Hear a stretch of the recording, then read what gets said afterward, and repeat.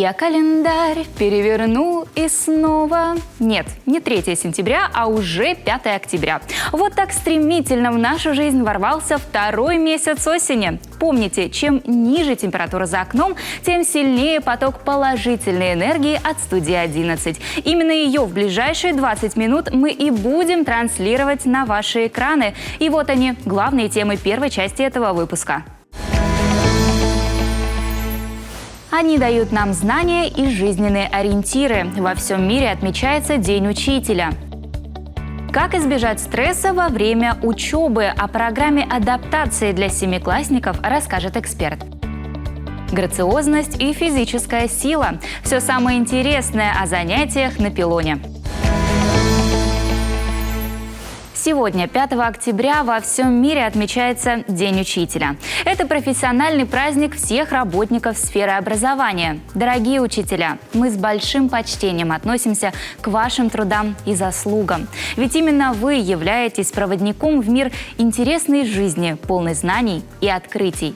По традиции, во многих школах в этот день педагоги отдыхают, уроки ведут старшеклассники. Впрочем, самым главным сегодня остаются, конечно, ваши поздравления. Очень важно вспомнить каждого педагога, который когда-то был в вашей жизни. И если есть возможность, лично сказать ему пару приятных слов в честь праздника. Студия 11 присоединяется к поздравлениям. Вообще, школьная жизнь – один из самых важных периодов взросления человека. И в то же время один из самых непростых. Из малышей-первоклассников ребята превращаются во взрослых людей с личным багажом знания и опыта.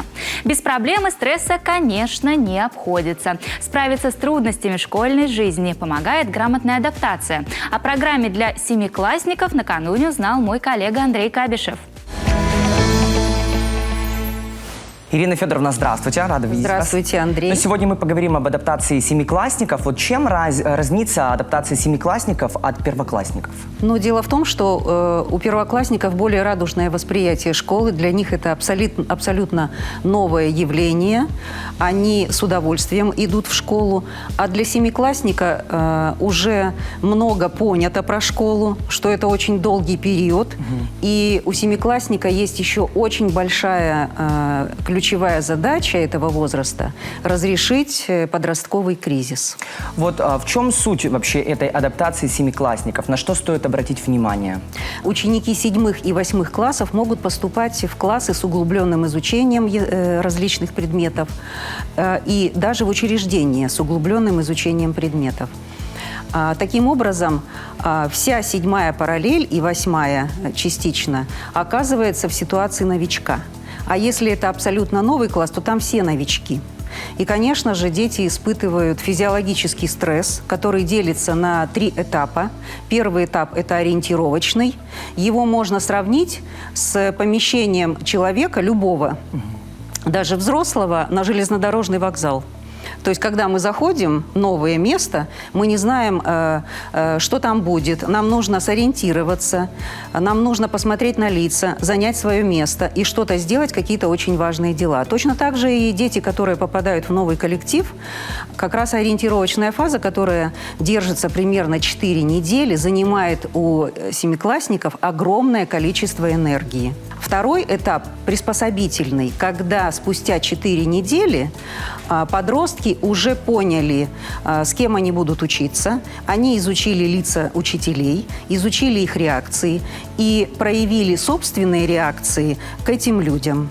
А вот уже на 3-м этапе, это спустя 8 недель примерно, вот так, у детей появляются более или менее устойчивые приспособительные реакции, эмоциональные и поведенческие. Они уже более-менее успокаивают. То есть все эти фазы нужно пройти для того, чтобы пройти саму адаптацию? Совершенно верно. Это очень важно, да. И это неизбежный процесс для любого человека, который попадает в ситуацию новизны. Как помочь родителям? Как вот, чтобы родители помогли детям? Вот какие советы можете дать? Но здесь вот нужно родителям учесть, что кроме проблемы адаптации, дети, которые перешли в новое учебное заведение, для них еще есть одна проблема – это разрешение пубертата. Самого трудного периода, который переживает любой человек, то есть подростковый кризис, ключевым событием которого является половое созревание. И физиологи называют этот период гормональной бурей. В этот период ребенок испытывает такие серьезные напряжения организма, с которыми ему предстоит справиться. Родителям, конечно же, нужно прежде всего разговаривать и относиться с пониманием, что кроме того, что подросток находится в подростковом кризисе, он еще находится и в кризисе адаптации. Очень важно родителям не запрещать встречаться с прежними друзьями, одноклассниками, отзываться хорошо о прежней школе. Можно пригласить новый коллектив одноклассников к себе в гости для более быстрого знакомства, устроить вечеринку. Обязательно в первый месяц учебы, который уже, кстати, завершается, ежедневно помогать ребенку в приготовлении уроков. Но делать это нужно не вместо него, а вместе с ним. Проводить почаще время в семейном кругу. Ну и, конечно же, относиться с пониманием к тому, что у подростка очень трудная сейчас задача. И он может быть абсолютно неудобным для семьи, неуживчивым, он может быть раздражительным в этот период, потому что в этот период главная задача, самая первая, это сепарация, отделение от семьи. И никаким другим способом, кроме как взрослые формы поведения, которые он будет пробовать апробировать в своей собственной семье, неизбежны. Развитие силы, мощи и гибкости одновременно. Суперполезное комбо для тела гарантирует занятия на пилоне. Необычное танцевальное направление с элементами силового тренинга появилось в конце 80-х. Заниматься полденсом осмелится не каждый, ведь даже самые базовые движения на пилоне даются очень непросто. О сочетании грациозности и физической силы в нашем следующем сюжете.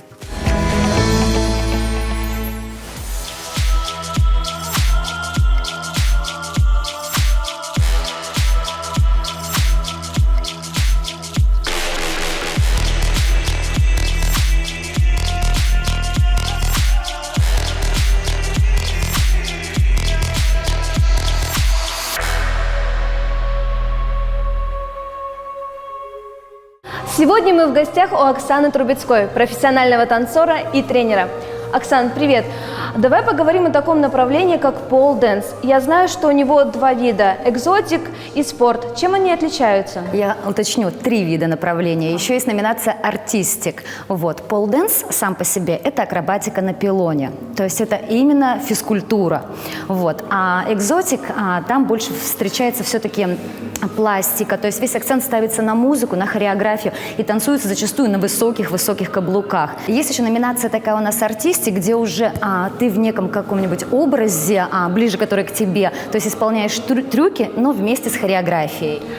Еще ты мне рассказала новость, что уже в 2021 году пол-дэнс считается олимпийским видом спорта. Да, его признали, мы долго вообще боролись, есть федерация пилонного спорта, мы очень долго добивались, и наконец-то мы добились, в 2021 году признали пол-дэнс официальным видом спорта. Кто твоя основная целевая аудитория? Кто тебе ходит на занятия? Ой, здесь на самом деле, вообще, то есть не угадать, это детки от 5 лет, и самая взрослая у нас женщина ходит, ей 77. А скажи о своих личных результатах, сколько ты занимаешься в данном направлении, может, есть какие-то достижения у тебя и твоих учеников? Занимаюсь пилонным спортом, я, получается, профессионально, я назвала бы лет 13, наверное. У меня очень много регалий, я многократная чемпионка России по пилонному спорту, но первый мой самый чемпионат был в 2005, по-моему, году, если я не ошибаюсь. Это был международный чемпионат первый, где я заняла первое место. У меня был шок, даже сейчас мурашками покрылась. Да.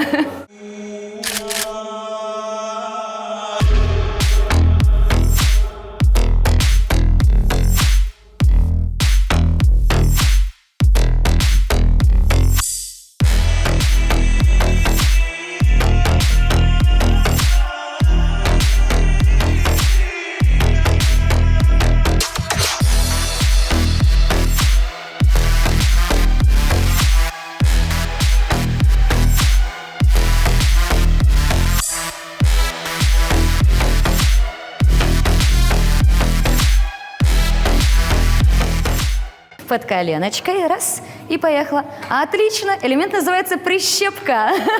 Как ощущение? Натягиваем с тобой ручку. Шаг делаем ближней ножкой. Раз. Дальний легкий замах. И выходим в позицию стульчик. То есть мы держимся на одних руках. Шагаешь. Дальний легкий замах. Держи корпус. Молодец. Отлично. Сейчас мы с тобой сделаем парный элемент. Делай, делай. Я подстроюсь. Начинай делать стульчик. Давай. Шаг. Ну, как ощущение? Почти дуэт. Тяжело? Это шаг, дальний обняла. И ногу вперед. Молодец, спину выжимаем. Прогибаем назад сильней. А теперь ножку назад. А теперь две широко. Вау, молодец. Молодец. Крутится студия.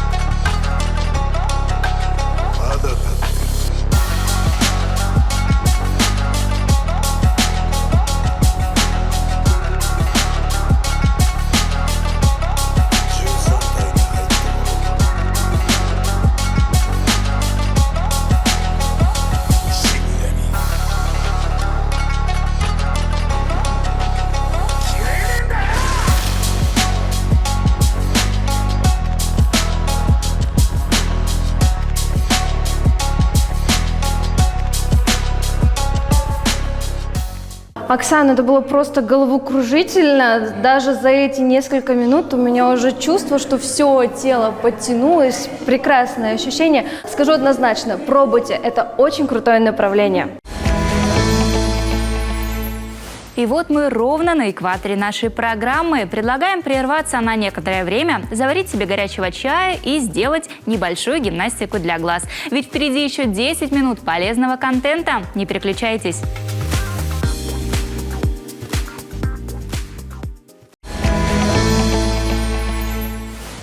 В эфире программа «Студия-11». Наш девиз «Долой негатив, впускай в свою жизнь лишь позитив». Очередные волны радости ловите в ближайшие 10 минут от нашей команды. Углубленная программа. Только ли нагрузкой отличается учеба в лицее от учебы в обычной школе? Зажигают юные артисты. На сцене Коми-филармонии лучший детский коллектив России. Йога от цыплят. Расслабляемся и повторяем за пернатыми. Если школьная программа ученику кажется слишком легкой, подростка смело можно отдавать в лицей. Учреждения с углубленным изучением отдельных предметов сегодня очень востребованы. В Сыктывкаре один из таких – физико-математический лицей-интернат. По различным показателям он регулярно входит в рейтинг лучших учебных заведений России. И сегодня гости нашей студии – ученики лицея Илья Игнатов и Георгий Антонов. Ребята, здравствуйте. Добрый день. Для начала расскажите, пожалуйста, легко ли было поступить в лицей? Вот вам конкретно. Мне было не так сложно, но очень многим ученикам, поступающим, отбор дается нелегко, потому что задания, конечно же, довольно трудные. Илья, вообще сложно учиться в лицее? Все-таки программа-то нелегкая у вас. В лицее очень сложная программа. Некоторые ребята даже не могут ее осилить, но большинство стараются, пытаются. Каким предметам наибольшее внимание уделяете? У нас два профиля классов. Первый – это физико-математический. Есть также химико-биологический класс с естественно-научным профилем. Олимпиады и различные конкурсы – это важная часть вашей учебной деятельности. Вы регулярно принимаете участие на всероссийских и даже на международных этапах. И вот расскажите об этом, что вот из последнего у вас было и какие места вы заняли. За последние 5 лет в лицее победителями и призерами олимпиад регионального, всероссийского и международного уровня стали почти 700 человек. Это, конечно, очень большой показатель. За этот же период победителями и призерами заключительного этапа Всероссийской олимпиады школьников стали 11 человек. И мы, конечно же, очень гордимся ими. Илья, наибольшее влияние, и важную часть в подготовке, конечно, играют ваши преподаватели. Вот расскажи, как много они вас вкладывают, и, думаю, стоит сказать им отдельное спасибо за это. Да, конечно, хочется сказать огромное спасибо нашим учителям, которые отдают себя полностью своим ученикам. Их профессионализм помогает ребятам справляться с трудностями, решать все задачи и идти вперед и вперед. Но вот помимо учебы, все-таки лицей — это не только учеба, помимо нее есть у вас еще и много интересных других занятий. Я имею в виду досуг. Расскажите, чем увлекаетесь? Каждый год в лицее проходит традиционная физматика. Это смена. Обычно она проходит на базе детского лагеря «Гренада». Длится она 1 неделю и направлена на то, чтобы сплотить новые классы. На Новый год у нас есть традиционная лицейская ярмарка. Такая бизнес-игра, в которой принимает участие каждый класс, создает какое-то свое предприятие, что-то какой-то делает продукт. Также мы каждый год празднуем 8 марта, 23 февраля. Ну, сегодня у нас очень важный праздник — День учителя. И вот вам слово поздравить своих педагогов с этим великолепным днем. Я бы хотел не только нашим учителям, но и учителям всей Республики Коми прочитать небольшое стихотворение. Если бы не было учителя, то и не было бы, наверное, ни поэта, ни мыслителя, ни Шекспира, ни Коперника. И поныне бы, наверное, если бы не было учителя, неоткрытые Америки оставались неоткрытыми. И не быть бы нам икарами, никогда бы не взмыли в небо мы, если бы в нас его стараниями крылья выращены не были. Без его бы сердца доброго не был бы мир так удивителен. Потому нам очень дорого имя нашего учителя. Я хочу поздравить не только учителей. В нашем в физмат-лицее-интернате есть также и педагоги-воспитатели. Хочу сказать большое вам спасибо за то, что так помогаете нам влиться в новую, во взрослую жизнь. И еще немного об образовании. В Коми всерьез взялись за профориентацию учеников. Сегодня, когда наши региональные вузы испытывают серьезные проблемы с набором студентов, им приходится искать новые формы привлечения школьников. И некоторые из них очень удачные. Например, открытие профильных классов. Что это такое? Разобралась Виктория Палкина. Первые инженерные классы открылись в Сыктывкарском лесном институте. Теперь школьники 10 классов свои субботы проводят здесь. Выбор сознательный, родители поддержали. А педагоги вуза пробуют себя в роли школьных учителей. О сложных вещах рассказывать в доступной форме. А главное – заинтересовать каждого старшеклассника всем спектром инженерных специальностей. Это не просто классы, которые углубленка изучения физики, математики, да, это именно погружение в профессию. Для нас это очень ново. Мы тоже здесь как первооткрыватели, мы вместе с ребятами, да, то есть работаем. Сегодня к пилотному проекту подключились 4 сыктывкарские школы. У десятиклассников появилась уникальная возможность познакомиться с институтом не просто в рамках Дня открытых дверей, у них появился доступ к лабораториям. Здесь уже в следующем году смогут разработать свои самостоятельные проекты.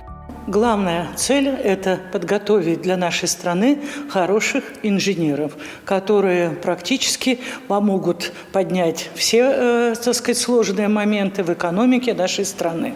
Поскольку это вуз, который находится на территории республики, считаем, что проект, который запустили, он важен тем, чтобы выпускники наших школ, поступая в региональные вузы, остались в регионе и развивали экономику региона. Профильные классы открыл и Сыктывкарский государственный университет. Здесь уже 3 направления – IT, медиа, медицина. Так вуз готовит потенциальных студентов для себя и перспективных сотрудников для региона. Вот она, та самая политика, направленная на то, чтобы выпускники оставались в республике. В минувшие выходные на сцене Коми Республиканской филармонии впервые выступил главный детский коллектив России. Ансамбль «Песни и пляски» имени Владимира Сергеевича Локтева приехал на фестиваль «Хоровые ассамблеи Севера». Чем восхитили российские артисты нашего зрителя, расскажет моя коллега Мария Дымова.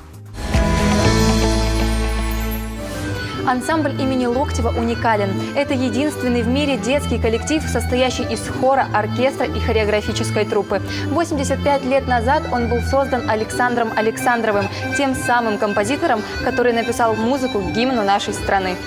Уникальна и система обучения в ансамбле. Детей набирают уже с 2,5 лет. Занятия для них проводят, конечно же, в игровой форме.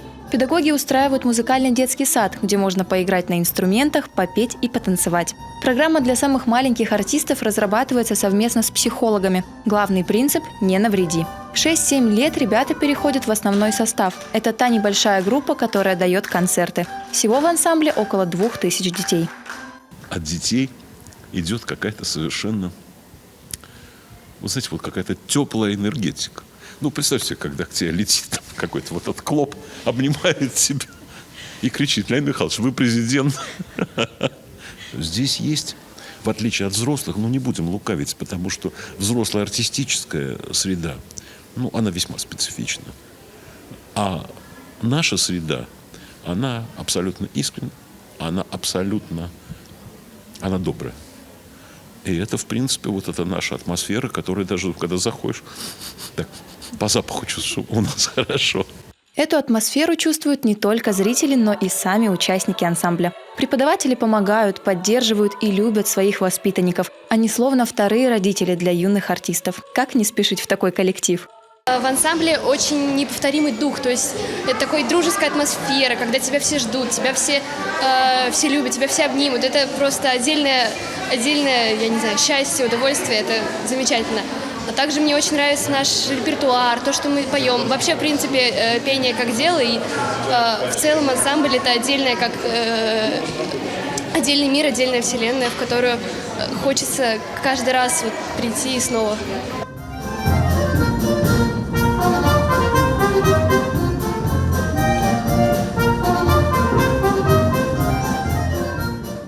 Я прихожу туда ради того, чтобы потанцевать и пообщаться с ребятами. Я раскрыл себя по-новому. И мне просто нравится туда ходить, потому что там хорошая атмосфера, все дружные и приятно там находиться. Но в профессиональном плане скидок на возраст нет. В Сыктывкаре за один день дети дали 2 концерта. Физически мы устаем, но психологически готовы выступить и 3-й раз, делятся ребята. Секрет такой энергичности очень прост. Надо любить свое дело и получать удовольствие от каждой минуты в ансамбле.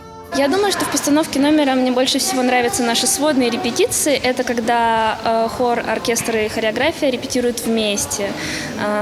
Потому что на таких репетициях ты можешь наблюдать, как номер строится по кусочкам и как из вот этих маленьких кусочков собирается целое произведение.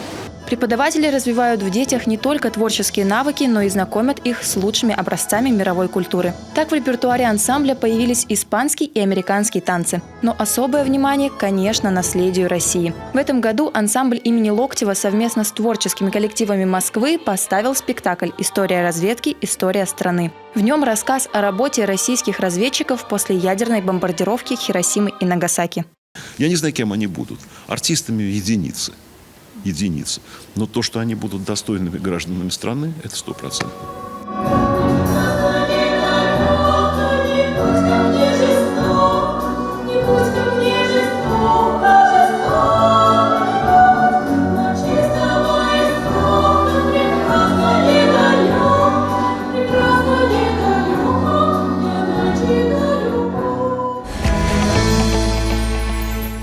Следующее видео точно заставит вас улыбаться, а наблюдать вы будете за ярко-желтыми цыплятами, точнее ожившими картинами известной художницы Люси Хаферман. Девушка рисует портреты животных, и как же здорово, когда такую красоту еще и анимируют. Кстати, настоятельно советуем повторять все движения за желтой птичкой.